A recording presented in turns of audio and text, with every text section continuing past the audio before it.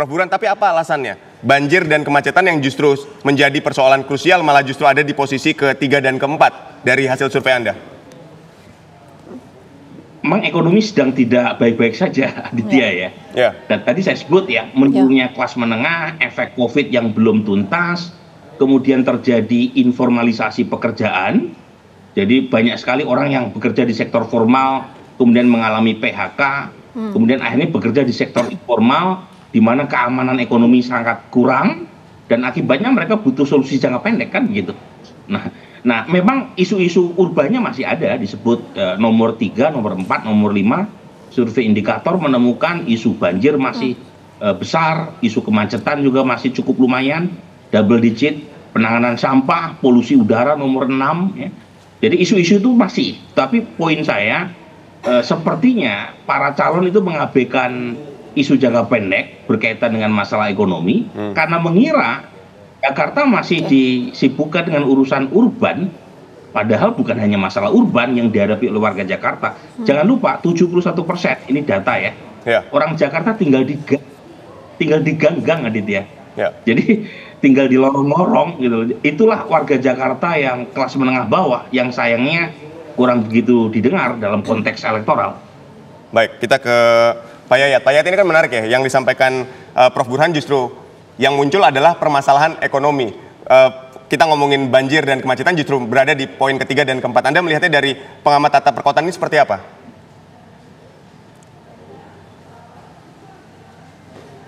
Pak Yayat?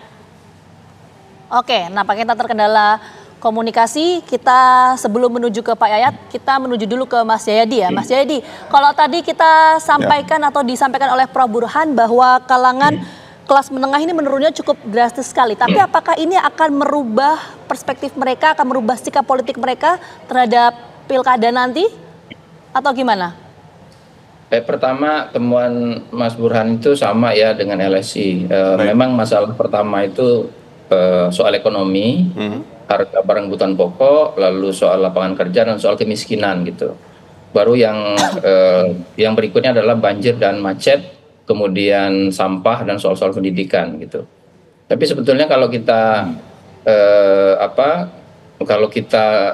kaitkan semuanya itu kan masalah banjir dan macet juga bisa terkait dengan soal-soal ekonomi ya. Jadi memang saya setuju tadi bahwa solusi yang harus ditawarkan itu harus ada yang bersifat jangka pendek, tapi juga ada yang bersifat jangka panjang. Karena kalau solusi ekonomi bersifat jangka pendek untuk lapangan kerja, misalnya kan pemberian bantuan sosial, kan harga barang kebutuhan pokok mahal itu kan biasanya akan diatasi dengan persoalan pembagian bantuan sosial dan seterusnya. Itu kan jangka pendek. Dia harus di konsep jangka panjang penyelesaian menyeluruh itu memang belum kita lihat dari para calon yang sekarang bertarung. Mungkin karena mereka menunggu kampanye, mungkin ya, walaupun seharusnya sudah ada. Nah, yang kedua, kalau dilihat dari hasil survei terakhir LSI yang dirilis baru-baru sekitar seminggu yang lalu itu, dari segi sosok untuk cagup dan cawagup itu masih secara umum terkait dengan 4 hal ya. Pertama, masyarakat menginginkan sosok yang berpengalaman dalam pemerintahan. Jadi mungkin dengan pengalaman di pemerintahan itu akan menjamin kemampuan mereka untuk menyelesaikan masalah. Yang kedua adalah sosok yang dianggap jujur, bersih. Yang kedua itu sosok yang punya bukti nyata hasil kerjanya, terlihat bukti nyata hasil kerjanya. Jadi rekam jejak ini soal rekam jejak. Apalagi sekarang kita tidak punya petahana ya di Jakarta sekarang. Yang ketiga adalah soal jujur bersih dari korupsi. Ini yang sosok yang masih diinginkan. Yang keempat adalah sosok yang dianggap punya perhatian pada rakyat. Gitu. Oke, Mas Yadi. Mungkin sampai situ dulu, Mas. Itu kan preferensi pemilih ya. Tapi bagaimana untuk survei elektabilitas dari pasangan calon ini dalam Pilkada Jakarta? Kalau survei elektabilitas kan sementara masih Ridwan Kamil dan Suswono yang unggul, diikuti oleh Pramono Anung dan Rano Karno. Baru cukup jauh itu tertinggal pasangan Darmakun. Darmakun itu memang sangat jauh, masih di bawah 5%.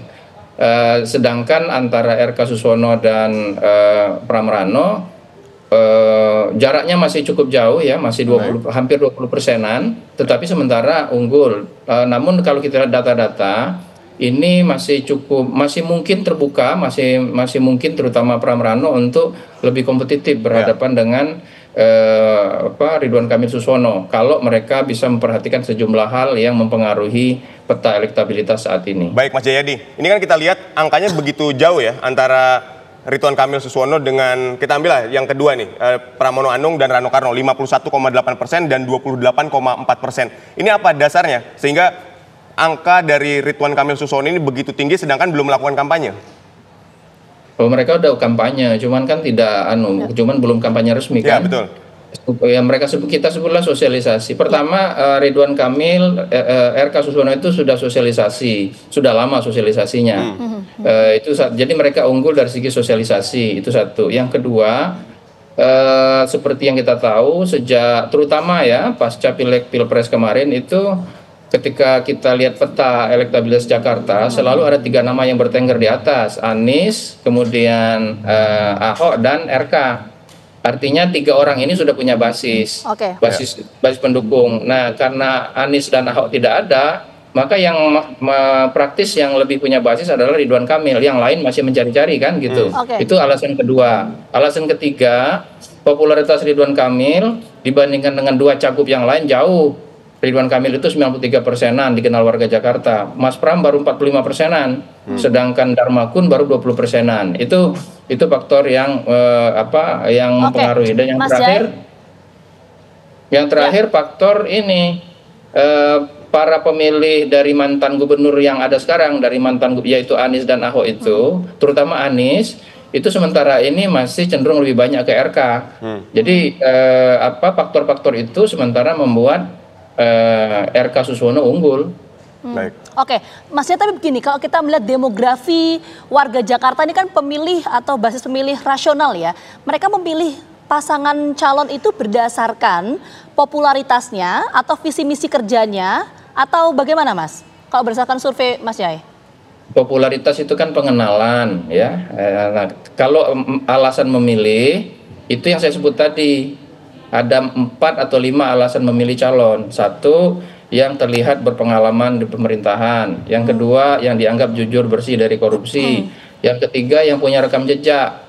Yang keempat, yang dianggap punya perhatian pada rakyat. Dan yang kelima itu yang dianggap punya ketegasan dan kewibawaan. 5 faktor itu yang mempengaruhi. Nah, tentu saja persepsi terhadap 5 itu dipengaruhi oleh sosialisasi. Sosialisasi itu terkait dengan popularitas. Juga terkait dengan faktor-faktor lain, misalnya kemampuan mereka untuk memaparkan visi misinya. Sementara ini kan kemampuan atau program-program yang ditawarkan oleh para calon kan belum terlihat dengan jelas. Yang muncul itu kan yang kesannya gimmick seperti mobil curhat ya, atau balai rakyat gitu. Atau menyelesaikan masalah COVID kalau yang Dharma Kun itu kan masih belum jelas juga ya, gitu. Baik Mas Jayadi, kita masih akan membahas juga dengan Prof Burhan siapa gubernur pilihan warga Jakarta usai jeda. Tetaplah bersama kami.